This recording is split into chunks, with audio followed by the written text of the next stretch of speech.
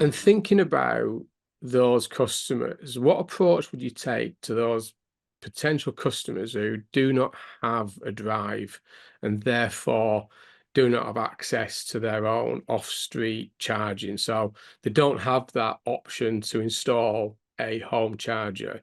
And we know that that is a large proportion of drivers, particularly in the UK, that don't have that off-street facility to be able to charge. What approach would you take for those customers to transition to EV? Yeah, that's a really good point because if you cannot charge at home, then you're basically widening social inequality and making it an unfair deal by selling the same EV to someone who has a driveway and giving them a free slash reduced price gift of a home charge point installed, or through a third partner contractor, being able to give them that, versus the exact same EV to someone who lives in a terraced house that only has on-street parking and going, well, you don't get that gift and you don't get any kind of substitute. That's where there's numerous options available. So, for example, there are roaming services, charge point roaming services for public charge points, the likes of Octopus Electroverse, Bonnet, or for fleet customers, Power. They're far more kind of business oriented. And those are apps and or RFID cards that have loads of different charging networks on their network. So it's one app / one card, does many, many different networks. And you can basically offer credit towards one of those roaming networks. And that means that, they'll get their first however many miles driving for free because they bought an EV from you. And of course, then the roaming network benefits because they'll go, oh, this is great. I just need the one app or the one card.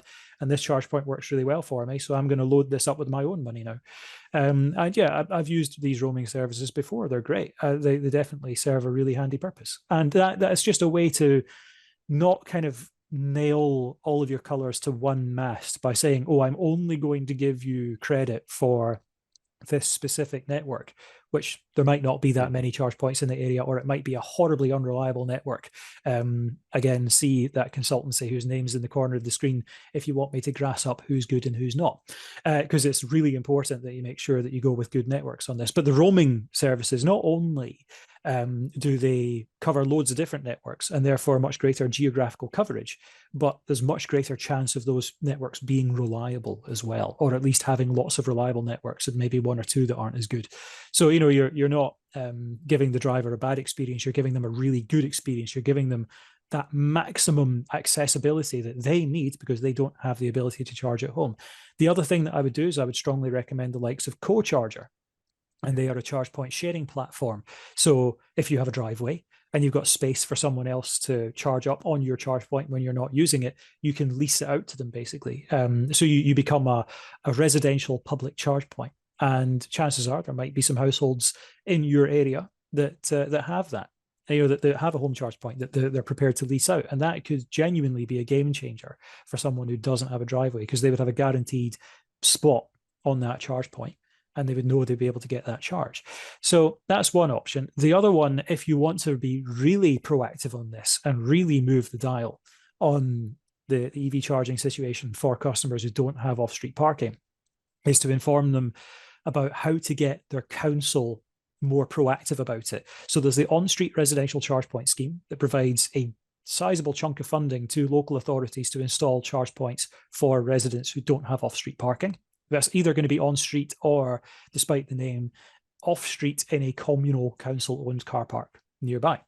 The other thing you can do is you can look into the gullies, which mean you would have a home charge point on your wall, and then you would run a cable safely through the pavement, through a little channel, which is slip-proof, trip-proof, and it means that the cable's not just lying on top of the pavement, it's recessed into it, and then the actual gully itself is flush with the pavement. So you've got gully, you've got CurboCharge, and you've got Charge Gully. Those are the main three options for that. That's really simple, cost effective. It means that if you don't have the ability to charge off street, you can actually still take advantage of your solar panels if you have them, or an off-peak electricity tariff. So you could get that 9.5 pence per kilowatt hour on street because you're using your own electricity supply. There's also the Nodum charge bridge, which looks a bit like a downpipe that's installed in front of your house, but it actually carries the cable high above the pavement and then drops it on the road at your car. So it's a big gantry, effectively, Mhm. a surprisingly discreet gantry, but a gantry nonetheless. And then there's also the Trojan Energy Aeon, which is you'd barely know it was there, kind of flush with the curb, a little kind of spot on the curb, effectively, hard up against the curb, flush with the pavement. And then you put in your own charging lance, and that is wired directly to the house, or there's the version which is wired to like a public supply. However, these require the council to say, yes, we're happy with this. Some councils are really proactive. Oxfordshire is a prime example. There's various London boroughs. East Lothian Council loves trying new tech. They're all over this sort of stuff. But there are some councils that are absolute laggards. And that's where, if you as an EV remarketer say, oh, well, yeah, this particular local authority we know from experience is a bit more proactive. So these are the ones that you're more likely to get out of all these charging solutions. Although if you find it as a laggard local authority, recommend that they get in touch with their local councillors. These prospective customers get in touch with local councillors and even the local MP if needs be, to just go, come on, a precedent has been set elsewhere in the country. Let's just build this.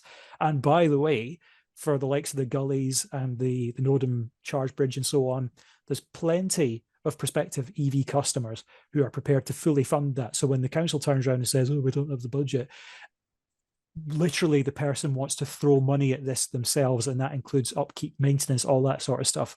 Oxfordshire, if I remember correctly, they have a deal whereby it's like 50 or 100 quid a year or something like that for annual maintenance. So the resident pays that. Someone from the council comes along once a year, makes sure that the thing's still flush with the pavement, isn't sticking up, isn't a trip hazard, isn't clogged with sediment or leaves or anything, and then goes, yep, that's fine. And the residents are happy with that because they're saving a fortune versus having to go to a rapid charger somewhere. So yeah, it totally checks out. We just need to get councils on board, and you within the EV remarketing sector can have a pivotal role in that. And I will work with you every single step of the way to make that happen.